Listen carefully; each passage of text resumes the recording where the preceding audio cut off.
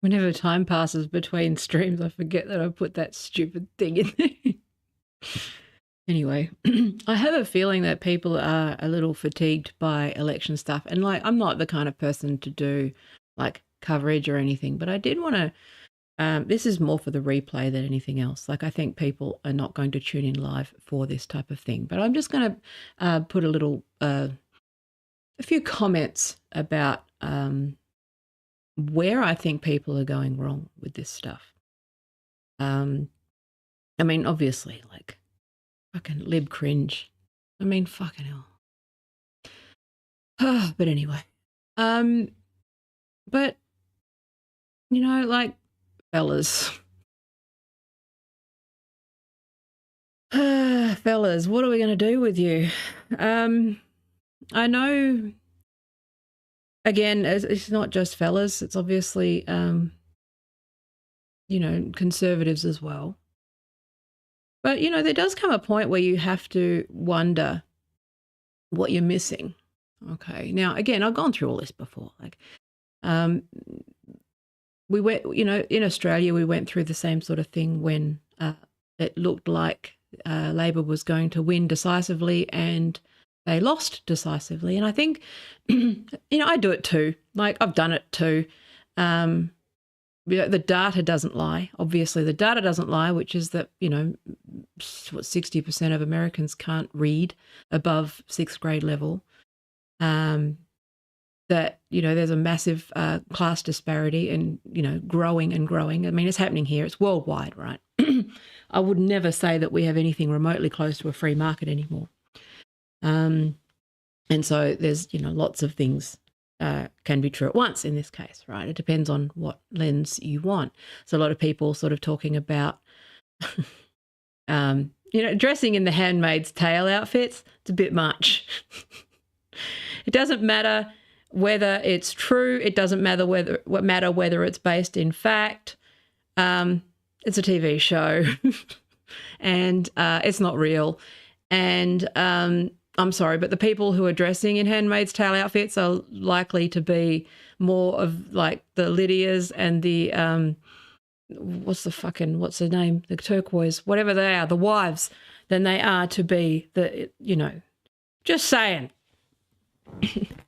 Anyway, it is. Honestly, liberal cringe is a big fucking part of this stuff, okay? Now, I know, you know, a lot of people don't really differentiate between, like, the left and liberals, but, you know, there's a clear distinction there, okay?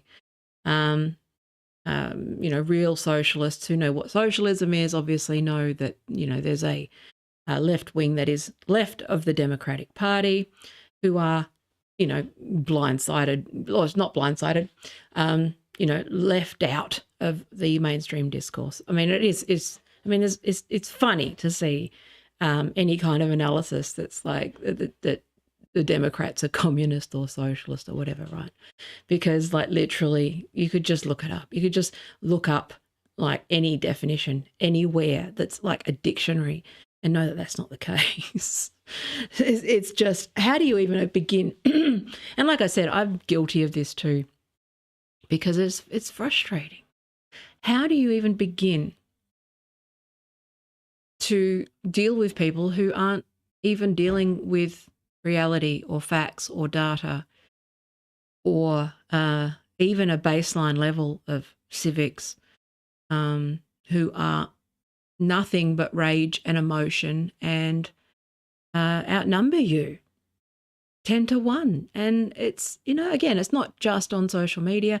I think, excuse me, cock in my throat. Give me a sec. Let me drink.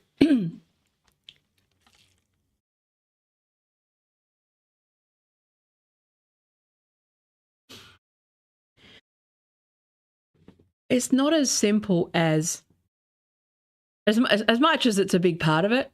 None of it, there's no one answer to any of this, right? As much as it is, God, you dumb motherfuckers. Like, you know, like, you dumb motherfuckers. You know, that's an emotional response, and it's partially correct. It's not the only one.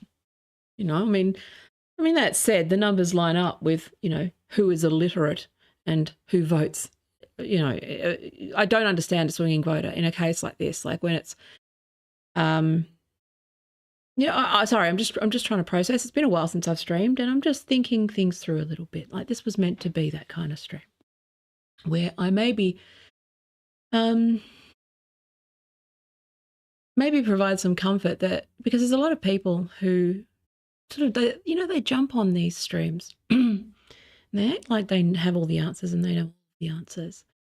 And like I've studied this stuff most of my life, right? Even though I was in tech and I'm doing this now, I was my degrees were in political science, right? And this is it's an age-old question. It's not a new question. It is a constant one of how do you get people to engage with ideas that are more than 30 seconds. I mean, how do you deal, when I did my degree in the olden days, it was, how do you get people to deal with things that are sort of past a soundbite? Because on one hand, you've got people who have no attention span, who are, I don't know how to overcome this problem. I don't know how to overcome this problem. But on the other hand, I think there's a slightly more sinister problem of too much information, which is false. And I'm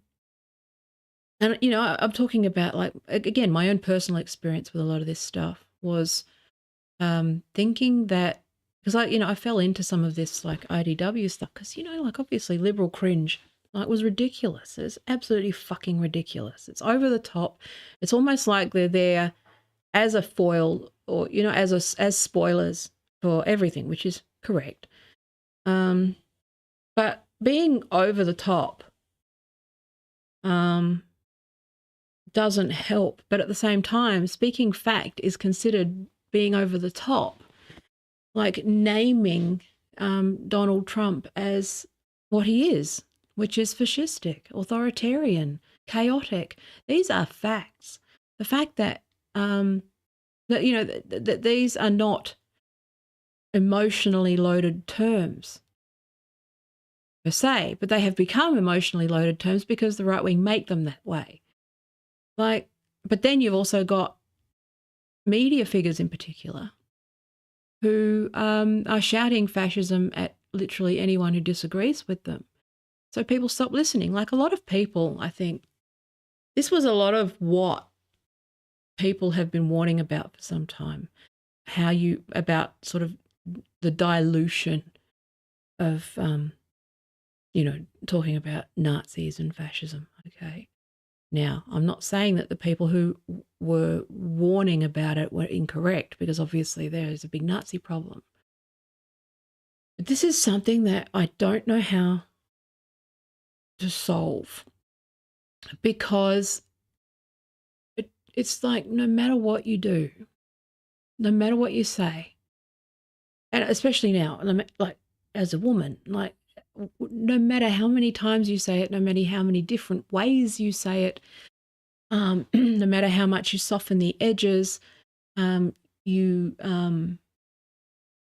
you're yelling or screaming or talking calmly, it's not necessarily one of active hate. And I think that's one of the things that people are missing. I think that, again, diluting things like hate, a lot of people don't think that they hate anyone. But, obviously this is a big problem because everyone thinks they're the good guy and everyone thinks they're correct. But we're dealing with one cohort of people. I mean, we're dealing with two massive cults. I mean, this is the problem with American politics, is that it's basically, totalism is the word that you want. Not totalitarian, totalism. Totalism is a sort of cultish tribal view of the world. That's the actual word. People keep inventing new and new words for things, but, generally totalism is the word that you're looking for. And which is, it's like totalitarianism is a system of government, but totalism is the behaviour, okay, or like the label that with detached from government. Excuse me. For ideologies, right? And you've got totalism across the board, okay? So it's not about extremism, it's about totalism. It's about thinking that your worldview is the only and correct one. Now, some are more correct than others. I mean, if you're not based in data or facts, like the fact that, fascism, yes, it has some muddy definitions, but it does have some consensus around what it is. And pretty much every scholar in fascism has said that it is that Donald Trump is fascistic, that Elon Musk is fascistic. Now, I say fascistic, again, I'm precise with my words. I'm not saying he's a fascist. I'm saying he's fascistic. Just like you're not totalitarian, it's a totalist. Again, as much as I talk about how semantics don't matter, sometimes precision does matter when you're talking about terms that are emotionally loaded, okay? I'm being very precise for a reason. Being fascistic, because the reason why I say fascistic is because a lot of this stuff has there's new phenomena sort of on top of what we know fascism to be, okay? And that is the internet. That is rapid communication, social media, the ability to have sort of mass moral panics and all that sort of stuff, spread stuff. The problem of virality, right? That's the words I was thinking. Virality is the problem, right? And velocity of bad ideas. And I mean, I feel like some of this stuff has to just run its course. And I know that that's like unfortunate because, there's a lot of that stuff where I know I'm sort of waffling. I did fully intend to do that because there's a lot of things to unpack and I'm just sort of talking my way through it. Which is, kind of where my head's at. I'm going to talk about the social media bans again, but I'm waiting for the report. So I thought I'd just, do a quick thing up here. But I think assuming that people hate is a mistake because nobody thinks that they hate. Everyone thinks that they're correct. Now, that correctness is something that can be measured, okay? You're either right or wrong. The thing about American politics and, American society at large and American people at large and generally Western, middle class at large is that too many things that are questions of fact that can actually be defined, measured, argued, there's consensus on, the things that are settled are up for debate or need to be relitigated or, aren't already defined. It's already not already written down. It's not easy. It's not already easy to find. And I think people acting like words don't have definitions. Yes, they shift, okay, but it takes a lot, but that there isn't some sort of consensus around certain things, there is a point there, which is this detachment from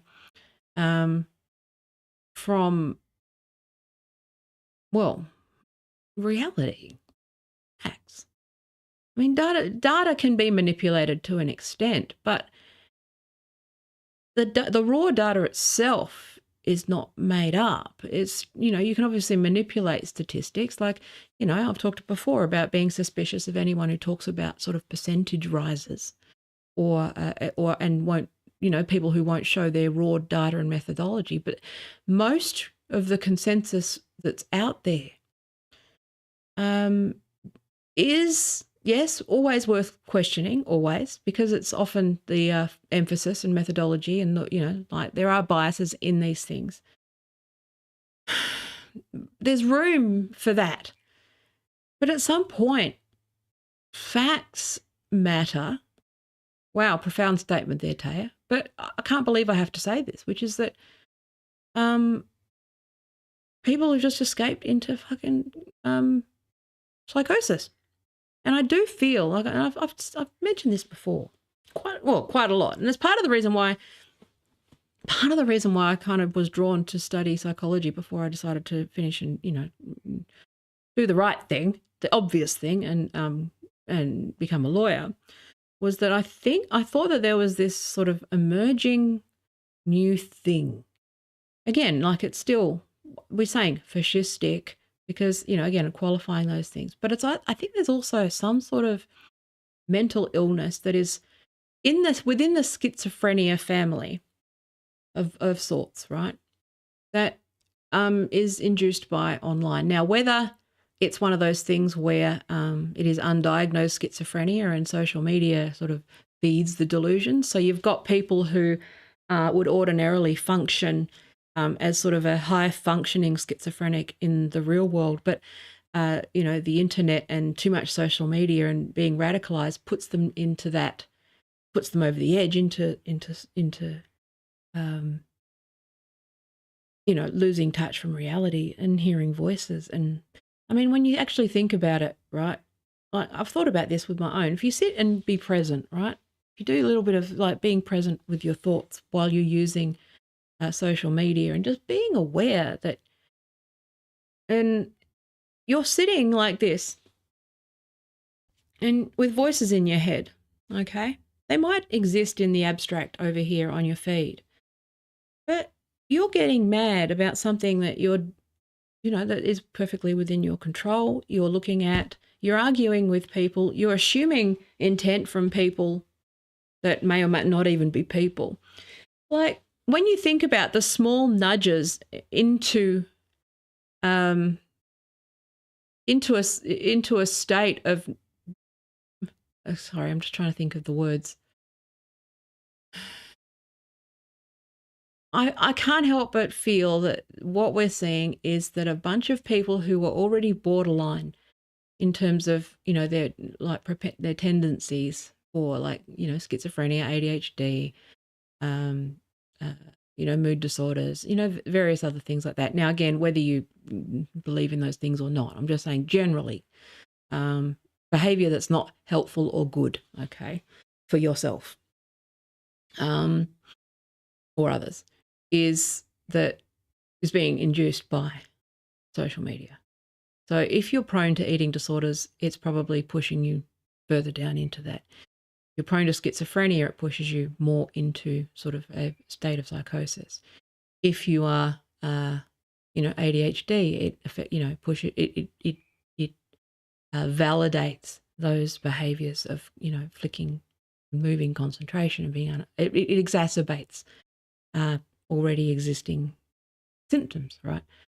I don't know whether it's a new, I don't know whether it's a distinct new thing or whether it is just exacerbating everything that's already under the surface, right? I mean, there's always that discussion about, people who are alcoholics, whether alcohol is a truth serum or whether it's, whether they mean what they say when they're in a drunken rage or not, right? That's up for debate, right? But I am just wondering whether, and again, there is some research about this, but I wonder if we're missing something here in terms of the bigger picture, which is that the internet is us, all of us. Oh, hello, Carl. How are you going?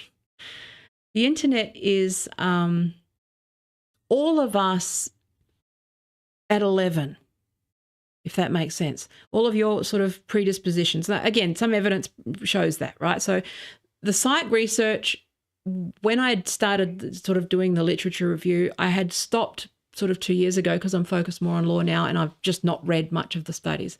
I imagine that this is where it is. It's still here, which is that social media exacerbates already vulnerable things. So if you're a kid, so especially around kids, so if you're already a kid who's got sort of shitty life circumstances, poor economic circumstances, you're already predisposed to addiction. So that, in every population, no matter what, there's about a 7 to 10% group, regardless of the activity, gambling, gaming, drinking, food, anything. 7 to 10% of people in that rough area have problematic use of that thing. And that's what the social media the consensus is that most people can use social media and it not be a problem, and then 7 to 10% it's a problem. But I'm wondering if it also exacerbates other addictive behaviors on top of that. So what it does is it reinforces like unhealthy patterns of thinking. It feeds delusional thinking. If you like, for me, if I'm not a bully, and if I see bullies online, I don't participate in it. So if you're already predisposed to being a bully, you're going to be a bully online, and it's going to facilitate that. I think what it does is it removes our inhibitions. Well, obviously that's not, I think that. The research says that. It removes our disinhibition effect. Disinhibition, whatever. Fuck it, I don't know. That now I've thought about the word, I can't think of it. Yeah. So it gets rid of that. Can't say the word now. But it sort of it's that sort of final line between those sort of you coping and not coping, being functioning and not functioning with, sort of low level mental illness or sort of high functioning. So obviously batshit crazy schizo people are going to be online and they're going to be that, right? But I'm talking about in the general population. And now, again, this does come back a little bit to the election, because there's these things that are simmering under the surface. And I don't think that it's, yes, there's class. Yes, there's like sexism. Yes, there's racism, all those things. Okay. But I think there's a broader pattern, and I call it brain rot. Right? Brain rot's the easy way to sort of the lazy way to talk about it. But I think that what this is that we have I think it's something that's only going to be really able to be studied in hindsight. Like, I've been listening to a book that I've read about 10 times, and I listened to the audiobook version again, which is the network propaganda book, which is about how the Trump propaganda network and Fox News ecosystem works distinct from the mainstream, right? Which is, centre right, not left. You got right. In America, you have centre right and far right. You don't really have, other than a very small ecosystem of your Hassan Pikers and, you're sort of, they're so much smaller in terms of resources, and they don't have any power. Left doesn't have any power in the United States, okay? And that's just a myth that needs to die. But at the same time, that's a fact. Like, people act like these things are opinions when they're actually just facts. Like, that's one thing I've found really fascinating, because I'm obviously I've studied politics in Australia. I did my postgrad studying, not postgrad, my final thesis on the Bill of Rights and the problems with the Bill of Rights in Australia versus the US, so comparative rights and stuff like that. So I do know quite a bit about the systems. A big part of Australian politics, law, all of those things is that it's comparative. We always compare, because we're a hybrid system, we compare Australia to the UK and the US because we are a hybrid between those two. And so what we do is we learn from that. So while Americans might not know anything about sort of our system or UK or anything like that, and they're sort of, around their system, we know about America from birth because we are, again, it's like not unrelated to the man point that I'm going to make, which is that, America is the center of the universe. It doesn't learn about other people, but other people are forced to have to learn about America, whether we like it or not, because it's so powerful, and it's not a two-way street, basically. But I am wondering, again, I know that this is a little bit rambly, but I'll get to the man thing, but I don't want to be one of those people that's just sort of, I've got answers. I don't think anyone's got answers, because I think there is a big part of it which is cringe, liberal cringe, bad, whatever. But there's something else, and I've been chasing this thing and I can't really name it. There's lots of different words for it, but it is a distinct phenomenon. It is something new. It is a, post-Trump politics, but it's not just that. There is a detachment from, there's something psychological going on that's an unintended consequence of the way that the internet has been set up and designed, okay? And a lot of people are trying to reduce it down to one thing. And Godwin's law, people tried to do that with Hitler as well, the rise of Hitler and World War II Germany, okay? And unfortunately, they spent 50 years after the war. I mean, God, it's been, what, 100 years nearly, or 80 years? And researchers have continued to study every little thing, and it is lots and lots and lots and lots and lots of things. And so I think that we're too close to this election to really understand. But I think a lot of that stuff was done in hindsight, and a lot of it was trying to understand what mechanisms are, what forces are at play right now. And I think that it's reductive to just say capitalism as well. Even though I'm a lefty and I'm a socialist and I do all that stuff and I go, yeah, capitalism's a big part of it. It's about sort of and, not or in this case. I think there's lots of things going on. And, you know, even though I opened with, you know, fucking fellas, what are you doing?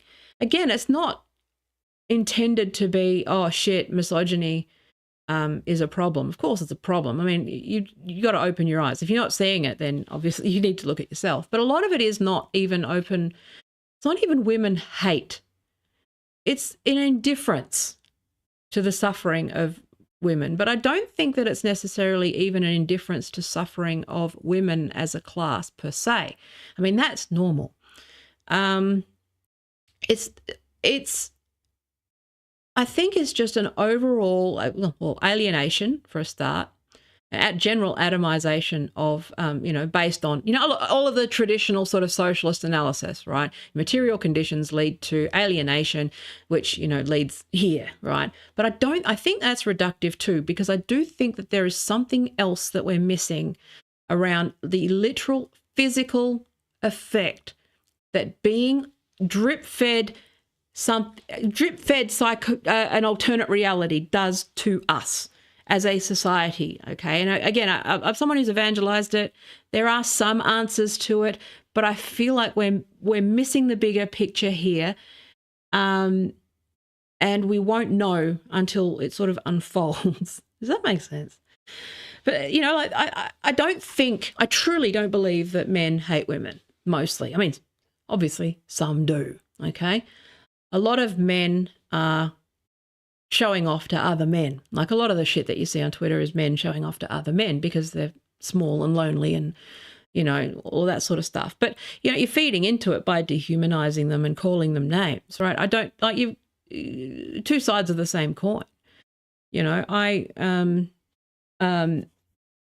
think that, well, I've, you know, gone through this earth as a woman for many, many years, you know, and some of this isn't surprising, but I don't think it's hate. It's not hate. Now, of course, there are some men who deep down really loathe women.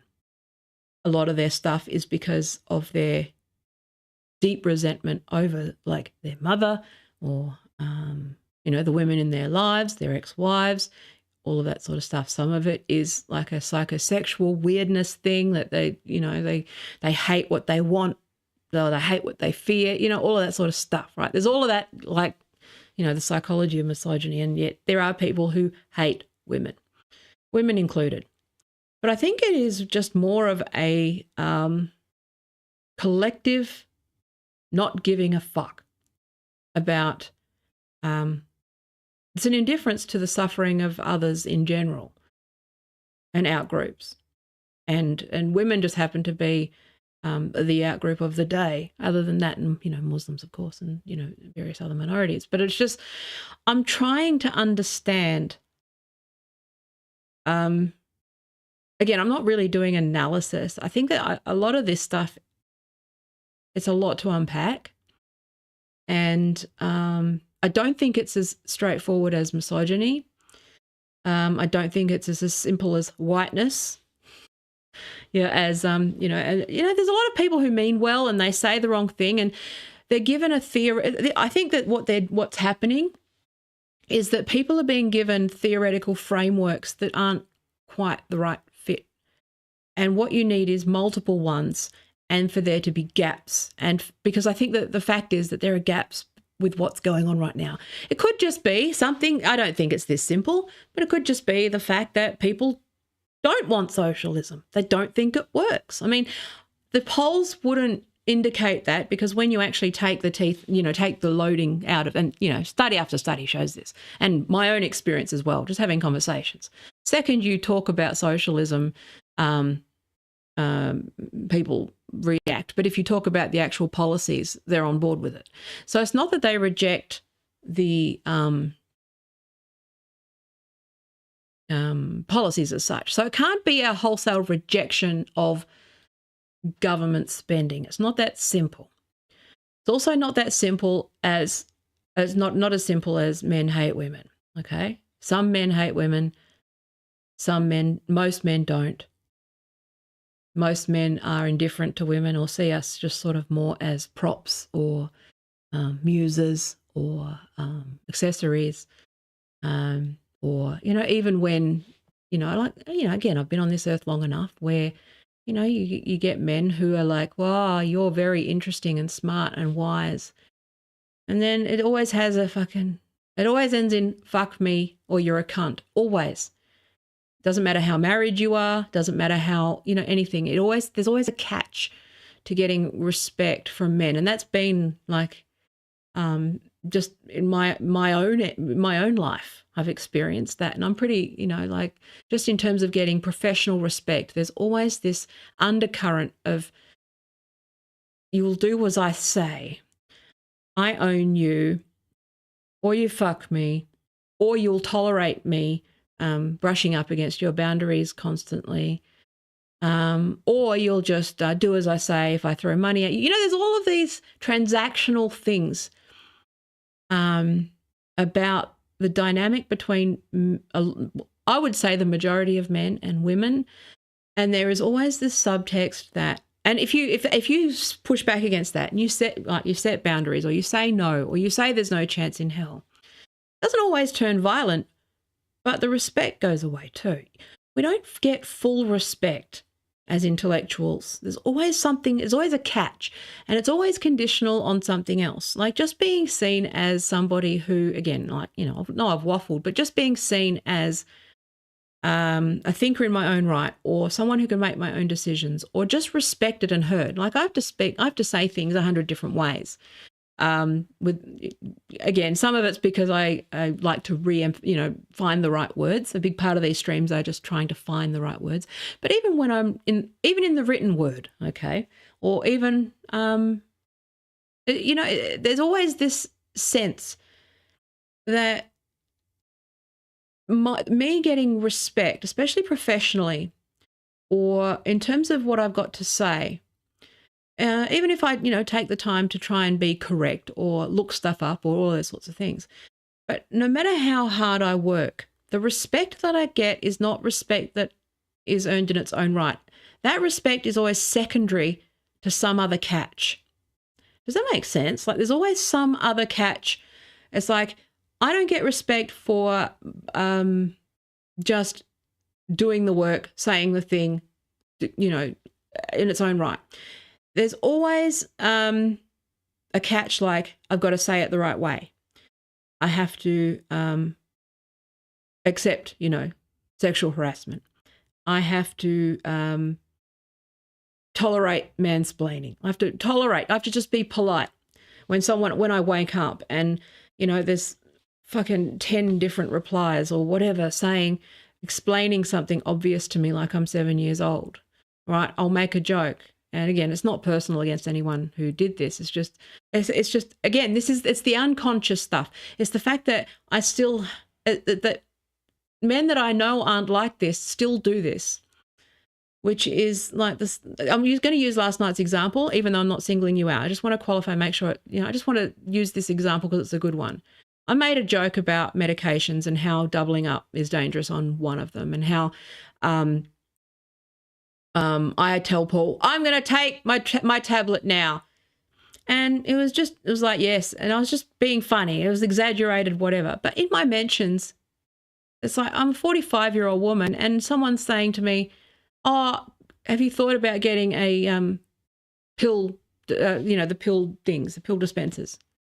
Or have you tried setting an alarm? Advice. And it's like there was no question in that tweet. It was an exaggerated joke.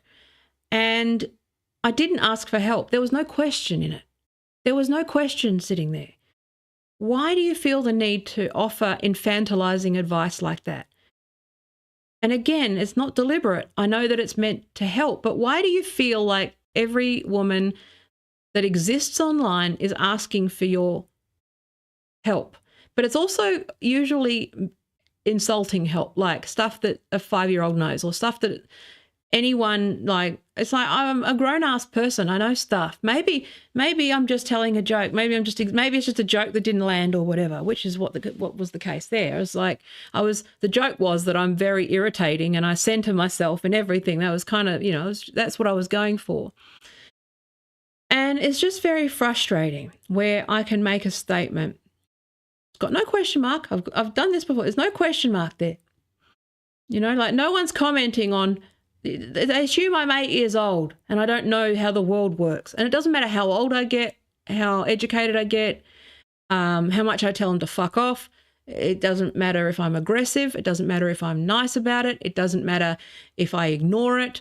It just doesn't matter, because I have a feeling that my reaction doesn't matter, because women are seen as not worth paying attention to beyond the transactions that, like I'm just there as a prop. And I think that that's an interesting, because you're seeing a lot of this on X, the everything app, right? Which is this, where men are showing up in women's DMs, calling them ugly and threatening them and all of this sort of shit. And she turned around and called the university, reported him. She figured out who he was and whatever. And he was begging and he's like, I was just having fun. Oh, and made her into the bad guy for doing that. And it's like, yeah. And then there's like, I was just having fun. Okay. So what's wrong that you think that other people are props like that? Like, again, whether you're a troll or not, like, it's main character syndrome for a start. I mean, we all, I have a tendency to do that too. But what is going through someone's head where, again, rhetorically, fellas, I'm getting you to think about what's going through your head. I'm not asking you what is going through people's heads. I know the studies around this stuff. I know the social psychology around these things, like the bystander effect, and all of these things. I'm just sort of waffling and putting questions to people to think about,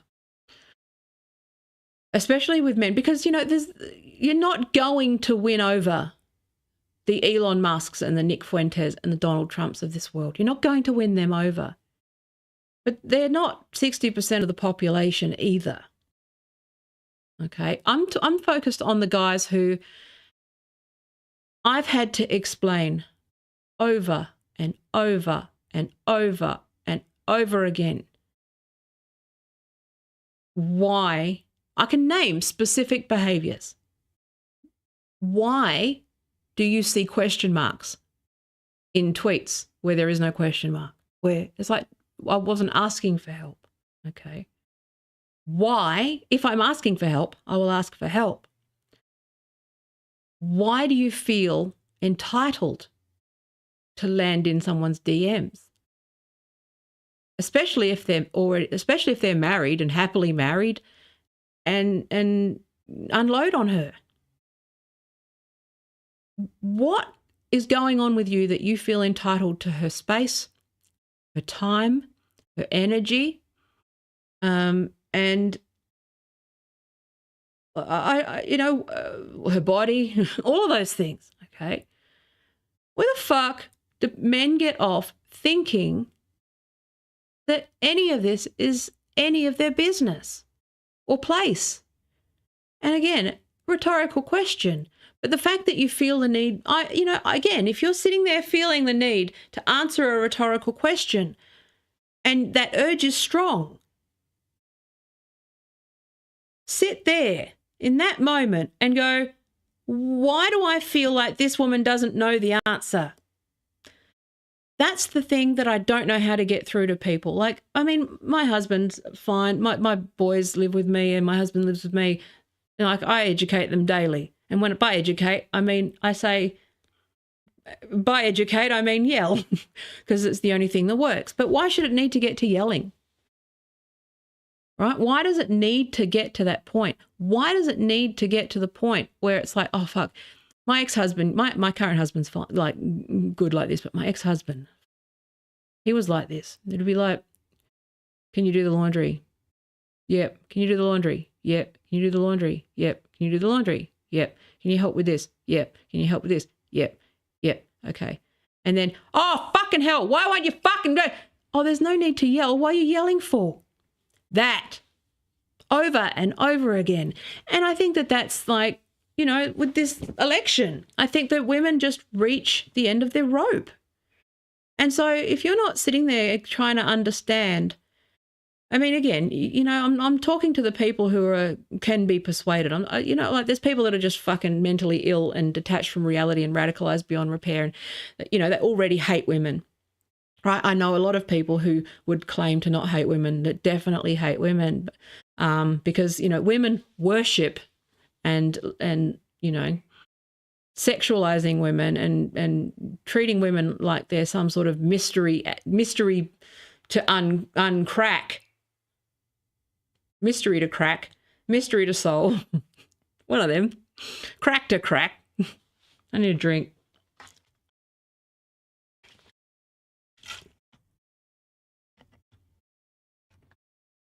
You know, treating women like we're mysteries. It's like, well, no, we're only mysteries if you think that we are different and not human. It's pretty easy. You know, you can ask me what I want at any given moment. I'll tell you what I want. But then, obviously, you know, men will hear what they want to hear. And so I'll have to politely go and massage and massage and massage. And okay. And if this is work-related, it's even worse. Right? You'll get men who'd contact you and say, oh, you know, you're a brilliant writer. I love you. I think you're great. Oh, I think, you know. And then the second that they realize that you're actually just happily married and you're not interested and you're a professional and you're not going to put up with their shit, guess what? It's conditional. You're not a genius anymore. You're a whore. That thing. Men need to address that shit. Women are just people like men, okay? And, you know, I don't agree with the strategy of sort of dehumanizing men back. I'm trying to understand it. But at the same time, like, I'm at a loss because I've tried yelling, I've tried crying, I've tried silent treatment, I mean, again, speaking generally in terms of the way that I interact with men on a daily basis, I've tried telling them directly when they go, why didn't you say so directly? I say so directly and they go, oh, don't be rude or emotional, or people calling things rants. But no, I wrote an essay, not a rant. Fuck off. Again, it's like always that stuff, always, just constantly. And it's like, how do we even begin to deal with that? And again, I'm happy to, again, with the election as well. It's like, okay, everyone just rallies around the poor men. The poor men who are totally responsible for their own decisions. Men have agency. Apparently they're in charge. You know, and women are now suddenly going, what's the problem with men? Oh, men are sad. Oh, woe is men. Oh, we must fix this problem. Can we just shift focus away from those fucks for 1 second? Especially when they're sort of, you know, when everyone is voting. Again, I'm not saying it's the only reason. I think a lot of it is, you know, incumbency and like backlash and all that sort of stuff. But just on the misogyny thing for 2 seconds, okay? Like, why is the reflex to feel sorry for these guys? They treat you know, they're the ones that behave poorly. If you didn't behave poorly, there's no problem. I've got perfectly healthy, normal, fine boys here because they have a mother that they respect because I've, you know, well, they wouldn't dare not. But, you know, for the most part, you know, and my husband respects me, right, despite my nagging him. But, you know, for the most part, you know, they're pretty good. Why can't you just decide to be better? Why is it on women to fix you? Why are women having to fix men? Why, in the shadow of this election, where there has been a resounding well, resounding, what's the word? Victory for misogyny, okay? And even if it's not the reason that they voted, have you seen the men that are repulsive and how empowered they feel right now? They feel like everything is right now. Nick Fuentes saying like that is now mainstream. That's shit, okay? And it's not funny. Basically, you've got 4 years of these guys now thinking, like fucking JD Vance, for fuck's sake, right? You've got people sane-washing and giving these guys a pass, and now they're vindicated.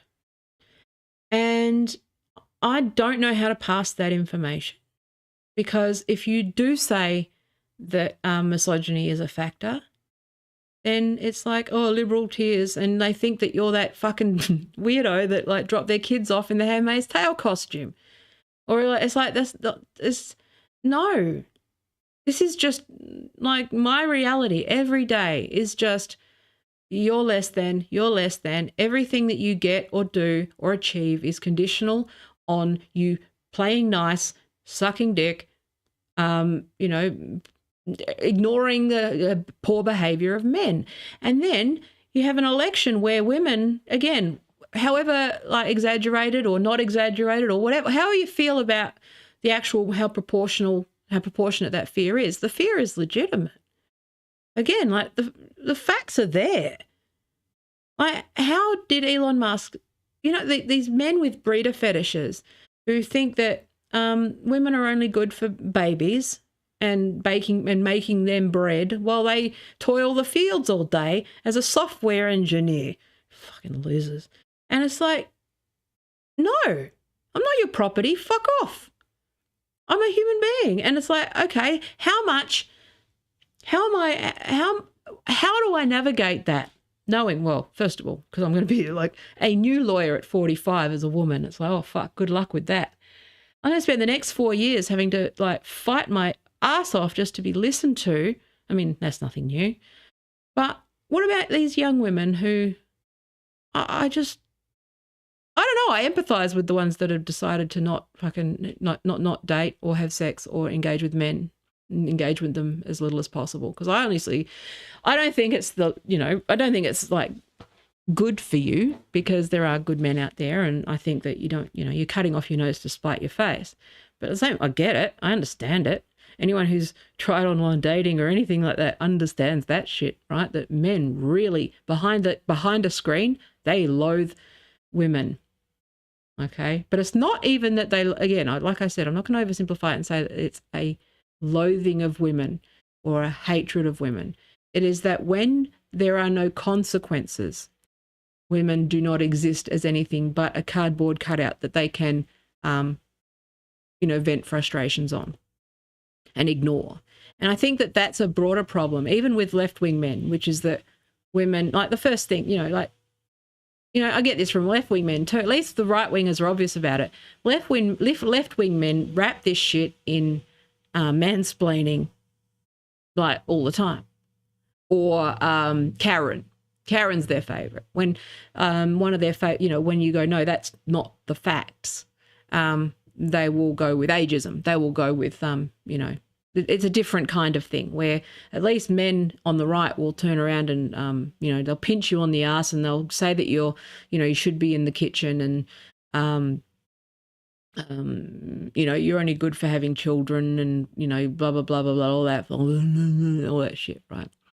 But left-wing men will do it in the way that it's like, even if they're not qualified in your thing, they will explain something to you. And then if you say, actually, I know that thing, they'll go, okay, Karen, and they'll go at your age and they'll have a go at, making you feel small because you're older. And so that, they'll just hide behind various other things to minimize you and put you down. And it always comes down to whether you're fuckable or not, right? At the end of the day, it comes down to whether you're fuckable or not. And I've never been all that fuckable. I'm good at it, but I've never been all that fuckable. I've always just had my mind, and that's it. And it's just, I'm talking in circles, I know, but I'm just at a loss because I don't know I don't know what more can be said or done for men to take women, or for society, okay? Patriarchy, okay? Patriarchy is different from men. I'm talking about class analysis. I'm talking about classes of people, not individual men, okay? Individual men, you can usually reach them, but how do we get to a point where, you know, not with a loss of humour. I mean, obviously I can laugh at fucking sexist jokes and I can laugh at all that shit, you know, but it's not for a lack of sense of humour or not being able to take a joke or anything like that, because of course not. But when you hear the same joke for every day for 20 years, it stops being funny. Like my name, okay? Everyone is like teabag, tea, is your sister coffee? It's like drip, drip, drip, knock, knock, knock, knock. It's like fucking torture, stupid. It's like either try to figure out how to pronounce my name or just go away. And it becomes boring. It was funny the first 100 times I heard it, okay? And it's the same thing with this sort of everyday minimization of women as people, okay? And I can guarantee you, like, the best men in the world still do that, because unfortunately there's a whole subclass of men who think that they're not like that, and they actually end up being worse because they're not aware of it. They're not self-aware enough to pay attention to how they conduct themselves and their behaviour, and they just fall into something that society allows, which is that they're allowed, if I say, you know, I don't know, something direct within my area of expertise, I'm then told that I need to say it in a different way or be more polite or whatever. Have you ever seen a man get pulled up other than, you know, like for being direct? It's like, of course not. I mean, I'm Australian too, so we're more direct anyway. Again, I'm just, there's lots and lots of different factors, and I apologise if I'm not really being direct. I just sort of show up and just see where the thoughts go.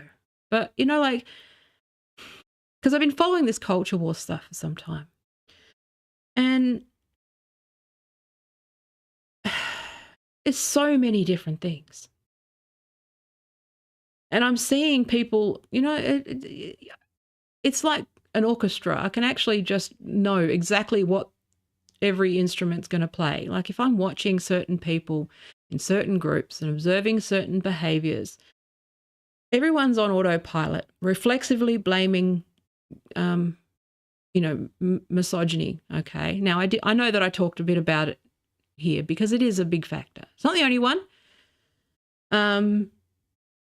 But it's not overt. Like, yes, you've got the overt misogyny, but why is it okay for men who are angry and frustrated to lash out at women? Why is it acceptable? Like I was thinking about the abortion thing, and I tweeted this morning about this whole, even the left fall for this fucking framing, which I with the abortion ban, right? And they're like, oh, women are dying because of the abortion ban. And I was like, well, no, there's another factor there, which is that society at large is denying women medical care. They're placing more importance on their career than they are on a woman's life.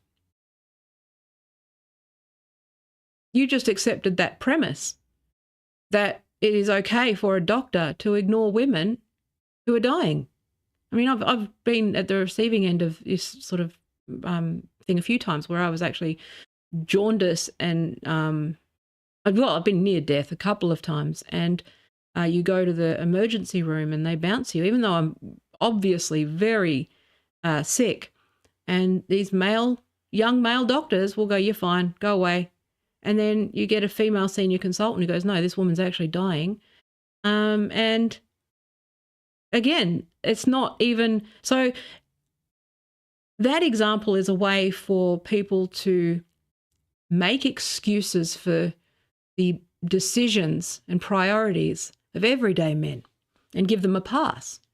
And it's like, yeah, okay, they're angry. I'm angry too. I don't shoot up a school.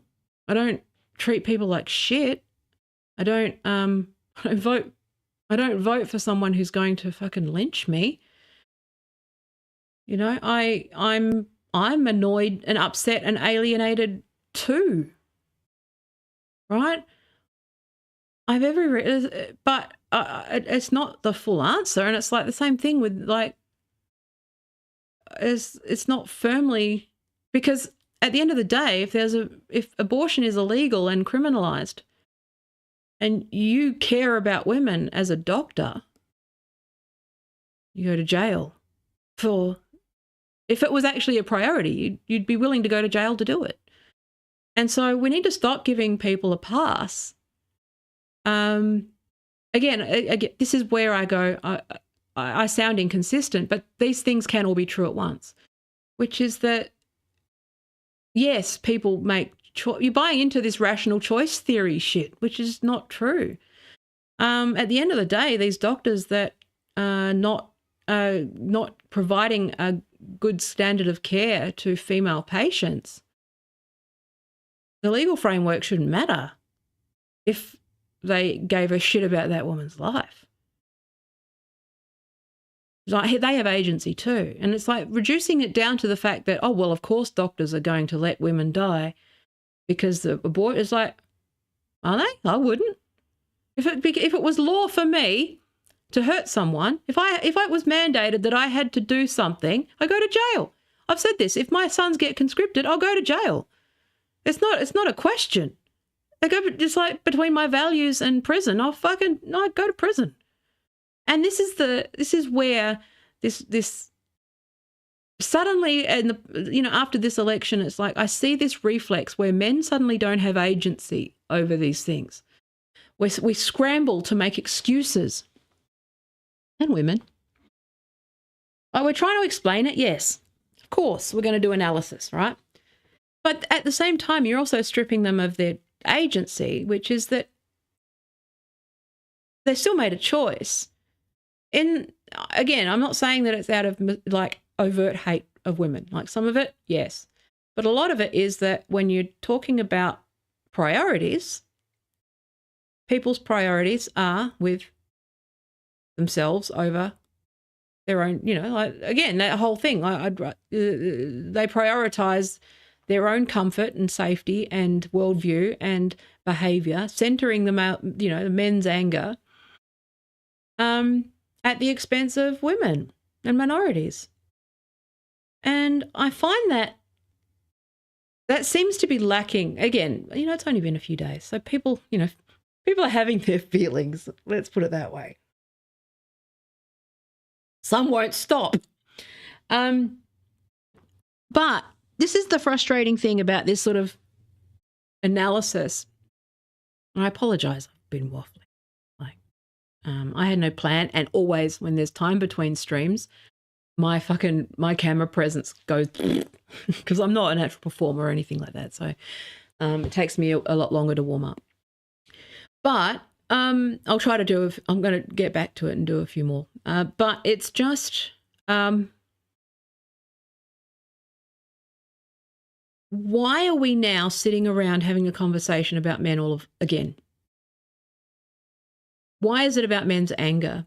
Why is it about, what women can say and do rather than how the fuck we survive the next 4 years with our inboxes, our DMs, our fucking, in my case on X, I imagine that women's reach will, like when they're owner of an app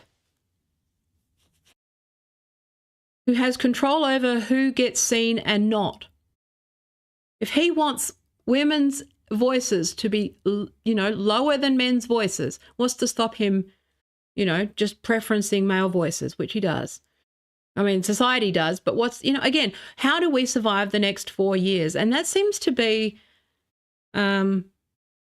missing from this conversation because we're so focused on making excuses for men who, men's anger, men's rage, cost of living, none of those things would ever make me vote for a fascist.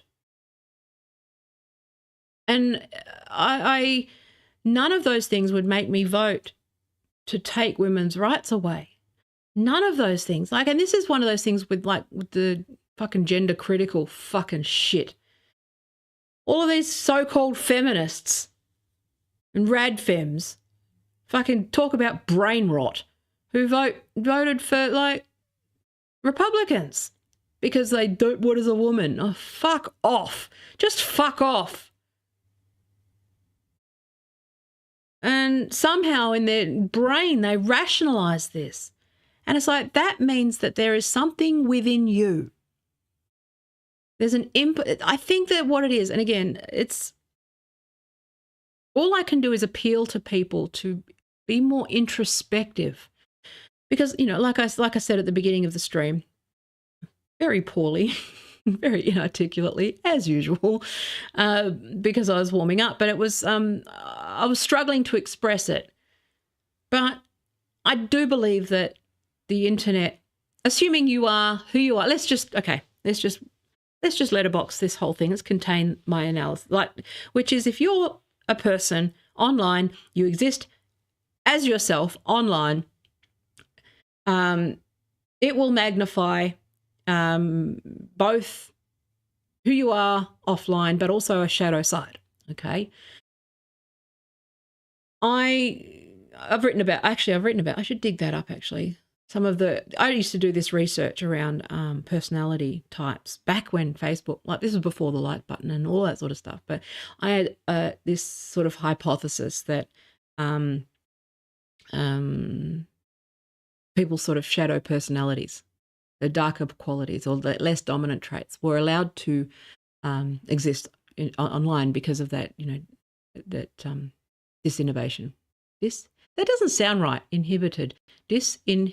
I don't know, I need to read it. But, you know, there's a depersonalization that goes on, right? And, I mean, that's for me and myself. Like, if you meet me, even like on camera, I'm still a bit more of a than I am like in real life. You could probably see glimmers of the, you know, the fact that I'm fairly quiet and a little more considered, and, you know, I don't talk a lot. Like, I'm noisy and like stupid and funny and crazy and all that stuff. But that is an exaggerated version online. And I also don't share large parts of my life, okay? Like, I don't talk about anything beyond sort of superficial shit, you know? Like, I don't do that anymore because, you know, it's like I just let people project what they want onto whatever this character is, right? And that's fine. But I do think that it does amplify our darkest impulses as well. But it doesn't just amplify them. I think that without any real way of containing it, or at least being aware of it, these dark sides are allowed to thrive. Like, personas can take over the person a lot. I mean, you see it with celebrities as well. They kind of get that sort of identity sort of split that happens where there is some, you know, there's them on stage and them performing, and, you know, you see it a lot with comics actually, you know, where they're kind of star of the show, center of the universe, they're this character, and they sort of become that character over years, and, you know, anyway, it's the whole thing. But I think being aware, I don't like saying shadow work because I feel like that's a bit sort of bunk, but, you know, really doing some introspection on why you believe what you believe. Also your blind spots on how you can be, I mean, this unconscious bias stuff is really important. Like, I know that people reflexively go, ooh, but again, this stuff has come from somewhere. It is based in studies and you know, based in research, which is that, you know, we do have unconscious biases. We are gullible to certain people. Like, I'm, as much as I like talk about, I'm a sucker for a fucking charismatic man who fucking flatters me. That's my, like, you know, give me compliments. That's it. That's my weak spot. Okay. But everyone, you got to be aware of what your blind spots are, because, you know, obviously when you're when all of your blind spots are now a funnel for someone else, and for someone else's to nudge you into some sort of political thing, or to sell you something, or you know, to encourage you, or even just to validate themselves and use you as a prop for their own ego, right? And that's the thing about I don't know if I've made sense, because I went off track and I can't go back. I can't figure out. You can see that I'm trying to find my way back. The conversation needs to go away from, but the men are mad. Of course they are. Still not an excuse. But liberals are cringe. Of course they are. Still doesn't give anyone an excuse to bully them. People are mad. Well, yeah, but they still voted for a fascist.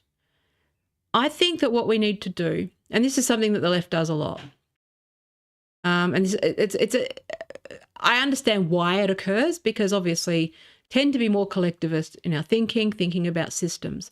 But at the same time, people do have agency. And I think that you need to make sure that you are not making excuses for people, or being too be charitable, of course, but not being so charitable that you ignore the fact that they actually made a decision. They're okay with that decision, and they voted in a way that hurts people. Now, one part of it is also that I think people generally politically illiterate, but they don't see a direct relationship between their politicians and their lives. Okay, again, this is a known thing. This is you know, they don't see how policy works in the background in varying ways. You know, the roads are just there. You know, things are just there. The government's just there. To keep things running is very difficult, and I think a lot of people don't see the stakes. I mean, anyone who says that they're both the same has got rocks in their head, because they're not the same. But, you know, I can understand why people who aren't engaged with the system might feel that, because, you know, their lives haven't changed. But that's not what it, you know, that's not, I think the next 4 years, people are going to see the difference between, you know, a full-on chaotic stripping of the government, you know, chaos. I mean, we saw that. I mean, again, we're downwind from this. It's going to affect us too, because Australia is one of the US's, like, you know, we're hedged to the dollar, and all that sort of stuff. It affects us too. And also, I have to fucking deal with this shit on the internet day in, day out. It's like, do I have to close my DMs for 4 years now? Do I have to, like, you know, do I have to just anonymize because some loser fucking, you know, these guys are now empowered to just show up and harass women and dox us? I mean, as much as funny as the Nick Fuentes being doxed thing is, it's not going to end well for any woman who's got their real name online. It's not going to end well. They're just going to go after people. You know, I've already had like threats in my DMs, and I don't actually do anything or say anything. It's just these men feel empowered to do that and say that. And they've been given cover because everyone's going, well, they're just angry. They're just upset. Like, well, no. I don't hurt people when I'm upset. I try not to anyway. I yell at them. I yell and I crack the shits. You know, no one's perfect, but, you know, I don't burn their house down. And again, that impulse that's across the political spectrum, which is that you got to work on your sense of self. And just because someone does something you don't like doesn't justify your own behavior, your own sort of righteous cruelty. It doesn't justify bullying. It doesn't justify doxing. It doesn't justify slashing. You know, it doesn't. We're either adults here or we're not. And if you're an adult, then you've got to learn to deal with your feelings and deal with your emotions in an adult way. And by adult, I mean being emotionally honest, right? being allowed, allowing yourself to be vulnerable, allowing yourself to be wrong. Like, everyone's wrong, right? One of the things I'm reckoning with at the moment is that there is a rejection. One thing that pisses me off about, like, the green left here is that as complex as all these things are, if 90% of people wanted the Greens policy, 90% of people would vote for the Greens. Okay? So you can't spend the rest of the term complaining that people aren't putting your policies into place when they rejected it. It's like the whole negative gearing conversation here, right? It's just not going to happen. It can't happen. People don't want it. Voters don't want it. It's like, the things may change, and I think people do want reform, but we either live in a democracy or we don't. And times like this remind you of the downsides of democracy, and it doesn't mean that you have to honour that, and you don't get to pitch a fit that people didn't vote the right way either. Again, I don't know. I'm all over the place. I'm trying to form a coherent analysis with this stuff. But, there are nuggets there that I think is, it's not hate. I don't think it's hate of women. It's disinterest. Women are invisible to men. Okay? And as insofar as we are visible, it is as property or as a muse or, like, just being seen as a person in our own right. Like, you have no idea. Just, oh my God. Even just men asking a woman a professional question, what she thinks about something. It's always the opposite. It's always just unsolicited statements. In my head? Probably, I'm sure a few times, but I have to think about it. How often I get an actual, hey, quick question about this thing you know about, and then they take my answer. I can't think of a time where that's occurred. I have had plenty of people come in and stroke my ego, harvest my thoughts, and then talk over me or try to fuck me over and over again. Not fuck me over and over again. Try to fuck me over. I've had that experience over and over again, which is fine. Again, I'm flattered by that. I'm flattered. It's the fact that it always, when I say no, I know I'm going to, I know that the second that I say no to something like that, or I assert myself, I know that I'm never going to hear from them again about anything. That's the thing I know, is like, fellas, don't flatter, don't do it. Like, the second, don't use like professional questions or working together or what opportunities or whatever as a means of getting in someone's pants, because we can see it's not a creative thing to do. Just talk to us as people, for fuck's sake. It's not hard. But I think individual men, like, what you can do, and again, I'm assuming the best, don't let people, like, I don't think it's a fair thing that women should be empathizing. Well, no, okay. You should always empathize. But, like, that has a limit, which is that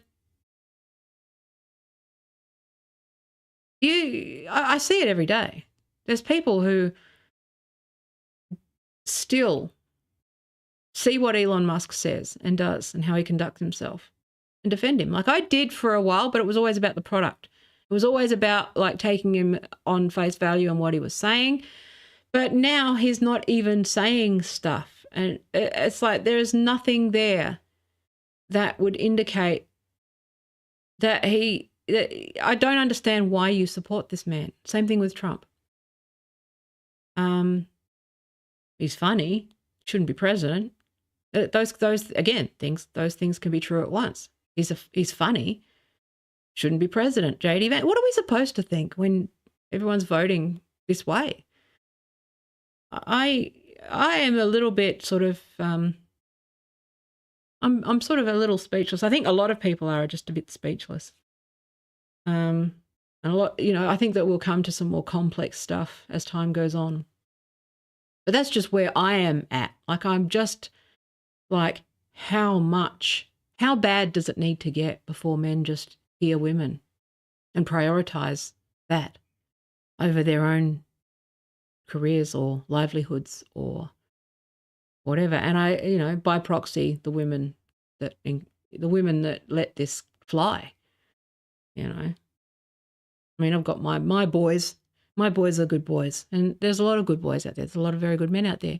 There's a lot of very good men out there who also voted for Trump, don't hate women, but just don't realize that their default setting is women are second to my anger and rage. It's not even about active hate in per se. It's about just not seeing it. And again, like anyone who's lived with a man and any man who's lived with a woman has heard this 100 times, which is, I have to yell for you to listen to me, right? I don't know how many times I can say the same thing with different words, with different inflections, with different tones. And then it's like, well, if only you'd said something. I fucking did. And like everyone's lived through that, right? Most women have experienced that in their relationships, even with, men who are good on paper, okay, in every way. But in this case, it's kind of like a broader thing where I think ultimately women's lives, livelihood, rights, right to autonomy, right to exist, second to men's livelihood, career, even well-being. Like I am pretty understanding of because I come from obviously a place of class-based analysis. I understand what happened with this election and what's probably going to happen here as well. Which is, you've got a right-wing media machine saying that they are for the working class when they are not. You've got a Democratic Party in the US and Labor Party here who are sort of policy wonks who sort of do a lot of the work in the background, but like, but they're also serving, again, it's a complicated thing, which is that you've got, it's not so bad here with corporate money, but in the United States, obviously you've got corporate donations that are compromising all of these things, but they do the policy work as well. And a sort of disaffected working class, but then you've also got a loud group of sort of people LARPing as leftists that are rich and wealthy and don't give a fuck about the working class either. And so, I understand all of this, Lance. I understand why. And I understand, I grew up in a family of fucking, think of like a stereotypical Trump supporter. That's fucking my family. I grew up in that kind of environment, right? So I understand that shit. I grew up with a sister who, I was bullied for being smart. Like it's, I'm sort of the black sheep of my family, in that I, like they're just like, shut up, nerd kind of stuff my whole life. I've been basically bullied for being smart by my siblings, forever. But again, it's not so much, like I said, it's not so much about hate, but indifference. And how the fuck you deal with indifference, that's a tricky one, because the only way to get people to wake up is to scream and yell and have it get louder and louder and louder. And, that in my experience, the only way to get people to listen is to start fucking yelling. But then if you start fucking yelling, you've got a media ecosystem that's like, well, those bitches would be crazy. They're just screeching all the time. SJW screaming compilation number 32. And it's like, okay. And one thing that I have observed is that even the men who are interested in these conversations do more talking than listening, and don't like feeling uncomfortable in any way. And you've got to meet them on their terms at all times. Again, it's like, when are men going to come sort of, 50% our way and hear us? Like, everything that women are doing is, 90% towards, bending ourselves in, various ways, compromising, being polite smiling, ignoring the little cracks, ignoring the fucking mansplaining, sitting around consciously thinking, oh, don't talk too much because he'll think that you're like, don't raise your voice because he'll think you're ranting or emotional. Don't do it. It's like, oh my God, it's fucking exhausting. When are you guys going to just shut the fuck up and listen and go, yeah, okay, I want to learn. Oh, but not about that. I want to learn. Oh, here's my pain. Let me unload my man pain on you. Oh, well, don't you understand we're in pain? Well, yeah. So are we, because of you. And then you say that, and it's like, oh, fuck you, bitch whore. And it's like, how do you even begin? How do you even begin to fix that? Congratulations. We live in a patriarchy. We live in capitalism and patriarchy. Wow. Stop the presses. It's like, okay. Anyway, I was going to do more. I was like, I know that I've sort of wandered fucking on tangents and shit. But hopefully it will come out of some. I don't want to. I'm in two minds. I am both empathetic to the plight of everyone. Okay, of course, I don't like seeing people suffer. I don't like, but I understand that there's a cost of living crisis. I understand all of these things. Okay, but at some point, it's not an excuse to but at some point your behavior still hurts people and you need to address it. It's not your right to unload your pain on women or unload your agony or unload your suffering, and then everyone rallies around the poor man. It's like, oh, he's poor man. He's so sad. He's got the sads. So he voted for a fucking, it's like, no, he voted. Your actions matter. Your intentions, intentions mean shit. Okay, but your actions also, and I think that the fact that a lot of women don't trust the men around them right now, I think it's a fair cop, because if you see the behaviour of them, and trust me, the next few years you're going to start to learn a lot about the men around you, and trust me, I'm not. I just want to be left the fuck alone. I don't want to be an extension of my husband. I don't want to be a fucking whatever. I have had my children. I've had my family. I want to be left the fuck alone, and I just want respect as an equal for as a human being. Is that too much to fucking ask? Clearly it is, because now I've got to sit here holding emotional space for the sad, upset men who, for some reason, feel that because their prospects are low, that's our fault and that they're justified in lashing out. And we asked for it and we deserved it. It's like, stop feeding that fucking narrative. We didn't ask for it. None of it's justified. But again, I also I think it's also reductive analysis to say, oh, well, they voted for the wrong people. It's like, well, no, they voted for who they wanted to vote for, and you've got to unpack why. But your empathy goes, only so far. People still have agency, and I'm still really pissed off that this is allowed, that this has happened.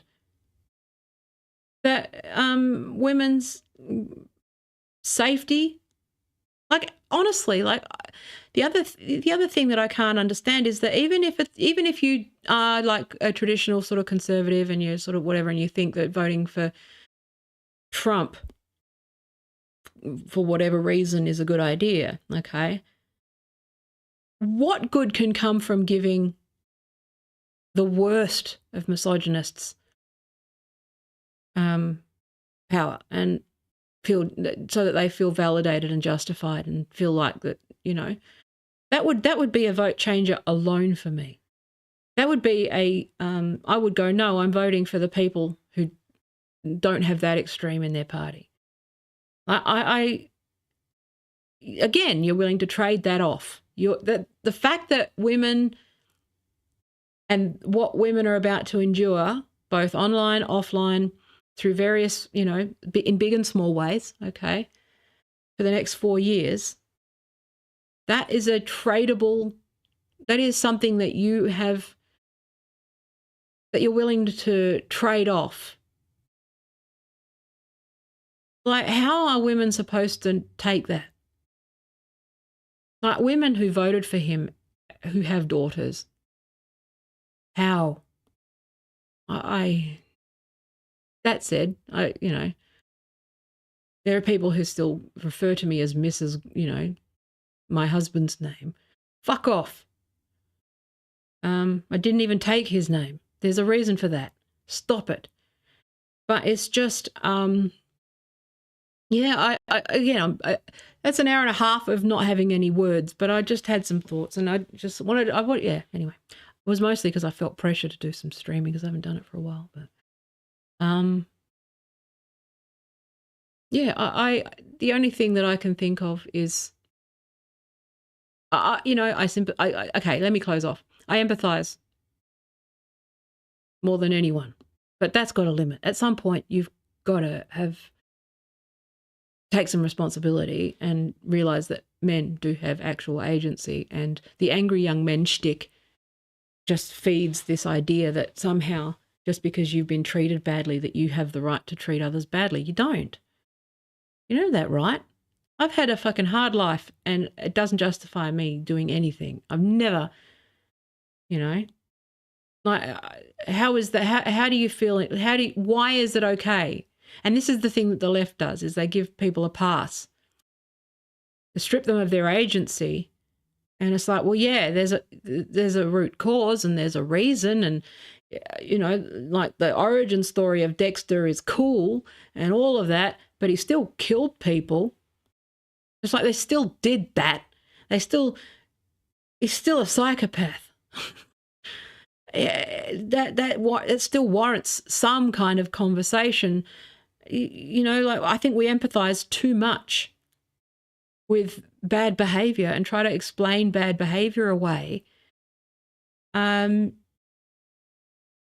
know, it's an overcorrection in terms of, like, again, like, you know, social worker, social scientist. I understand where it's coming from, but you got to remember they're still perpetrators. And at the end of the day, you know, a large portion of the population decided that a rapist, fascist, well, you know, person who, like, appointed a Supreme Court that took away the rights under the guise of states' rights or whatever the fuck, who cares what the argument is, okay? Supported and emboldened by people like Elon Musk, who has a, like, weird breeder fetish, who's a misogynist incel motherfucker. Joe Rogan, who's a sexist. Yes. Who also, you know, empowers sexism and all that sort of stuff. There's just this, again, sorry, let me correct on Joe Rogan. Joe Rogan is an idiot. I don't think Joe Rogan has any fucking principles whatsoever other than just drifting through life and failing upwards. But, you know, it's just, you know, I don't know how,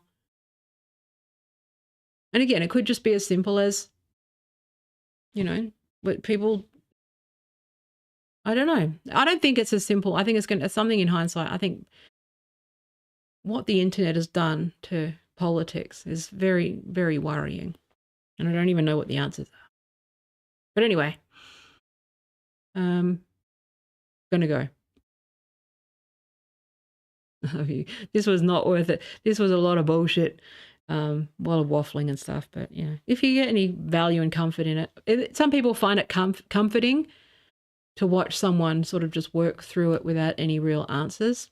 And sort of, you know, if you do, then that's good. If you don't, that's fine. If you've got a problem with me, fellas, keep it to yourself. Okay? if you've got a question that you'd like to ask me that's not loaded with fucking sexism, go for it. You know, have a good one. I'll see you there. I'll see you next time. I'm waiting for. I've really got to try and stream more, so that I'm more together. But I'm going into exams soon. But also, I'm waiting for the social media ban report and that sort of stuff. But I can do another one on the misinformation bill next week. But it'll be a little bit more structured and focused. I'm trying to do a little bit more pre-record too. But yeah. Anyway, I love you. Thanks for watching. You take care. I'll be back. Maybe on Friday. We'll see how I go. Okay. Bye.